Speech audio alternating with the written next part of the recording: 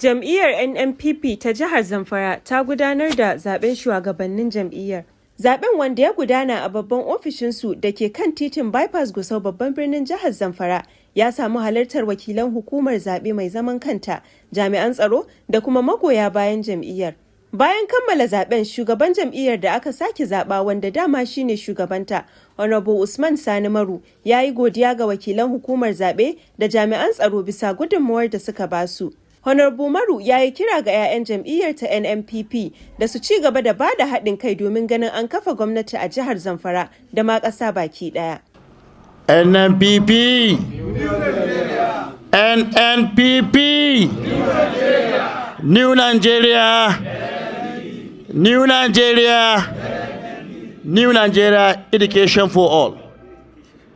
A'udhu billahi minash shaitanir rajim. Bismillahir rahmanir rahim. Wa sallallahu ala nabiyil karim. Assalamu alaikum wa rahmatullahi ta'ala wa barakatuh. Da farko muna godiya ga Allah subhanahu wa ta'ala mai kowa mai komai wanda da izininsa ne muke nan wajen. Abu na biyu, ina godiya ga hukumar zaɓe mai zaman kanta ta ƙasa reshen jihar Zamfara, jami'an tsaro da muke da sunan wajen, dattawan wannan tafiya ta Nnpp a jihar Zamfara.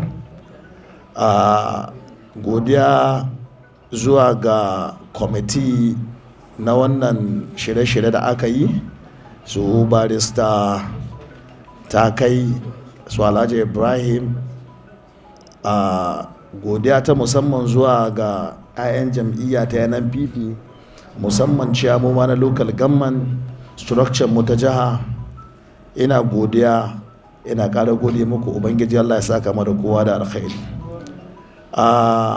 Ina kira gare mu, wannan tafiya ta siyasa ba ta yaya bace ta kwambo ko kuri ko wani abu.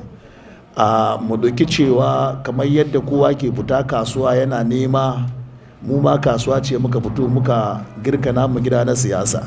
Wannan siyasa da muka ɗauko ita ce za ta zama sila gare mu ta kawo sauyuka abubuwa da dama a cikin wannan jiha ta mu ta jihar Zamfara. Duba da kashi 90 namu na samari ne a cikin wannan, ina fatar bana insha Allahu wannan jam'iyya ta Nnpp ta making impact a jihar Zamfara na kawo canji mai albarka a cikin wannan jiha ta mu. Sai mun jajirce sosai, saboda a jihar Zamfara akwai matsaloli da dama waɗanda mu kaɗai samari ne mu ɗaya ka iya kawo wannan canji. Dattawa ba za su iya ba. Dattawan da kuke tare da su za su aza ku ga hanya ne saboda sanin yau gobe daban da gobe abubuwan da ke ciki za su sanar da ku kuma ku za ku ba da lokacinku da ku da mata don kawo sauyi. Tsakani da Allah, duk wani abu da ke faruwa a jihar Zamfara, idan ba mu yi yunkuri yadda Allah ya ba mu ƙarfi har muka zamanto muna ta mu jam'iyya ta kanmu, ba ma iya kawo musu canji ba, to ko mu ran lahira sai Allah ya tambaye mu dalilin da yasa ba za mu iya kawo mu jihar Zamfara canji ba. Da haka ina mai ba mu shawara da mu kokarta, ba dan komi ba, dan ceton mu namu 'ya'ya da jikokinmu da za su taso daga baya.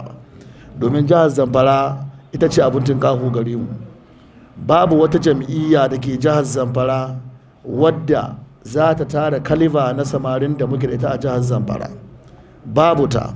Kuma na yi imani har ga Allah, babu ɗan adam irin wanda ke iya neman al'umma in ba saurayi ba.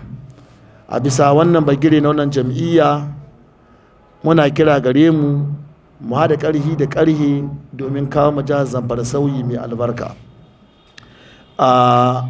Da ƙarshe ina roƙon Allah subhanahu wa ta'ala shi albarkaci wannan jam'iyya tamu, shi mai da kowa gidansa lafiya, shi kawo mana tsaro tabbatacce a cikin jihar Zamfara, shi kare mu da talauci, miyagun ƙaddori da hasarin. Allah ka taimaki wannan jam'iyya tamu, Allah ka taimaki shugabanmu injiniya Rabi'u Musa Kwankwaso, Allah ya taimaki jihar Zamfara gaba ɗaya.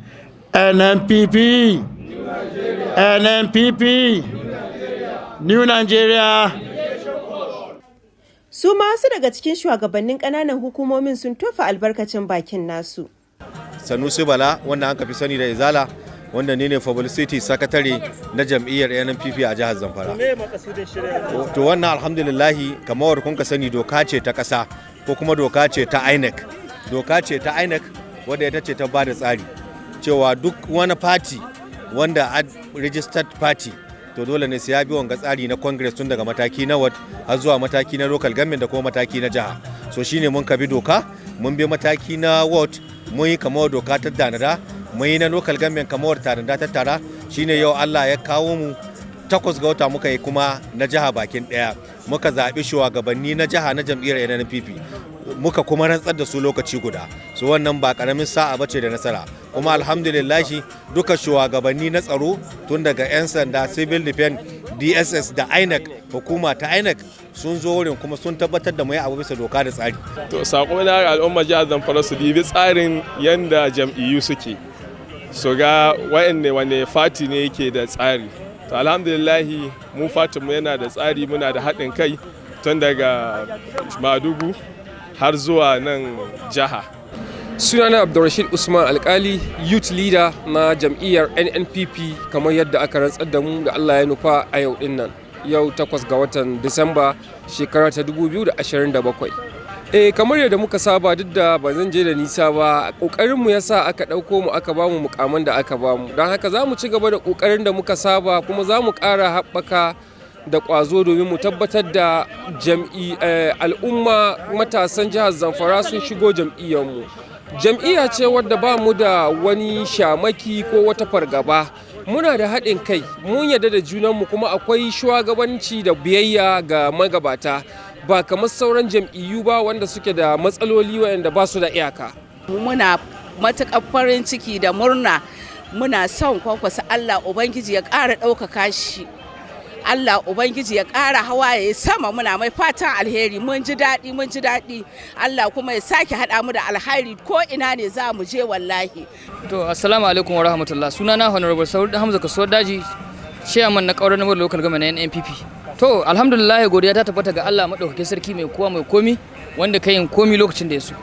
Wannan mukami da an ka ban, insha Allah zan iya kokari na in ga na haɗa kan 'ya'yan jam'iyyata na ƙaramar hukumar ƙaurar namar da local government domin mu samu ci gaba, har Allah ya ba mu nasara a zaben da ke gaba 2027.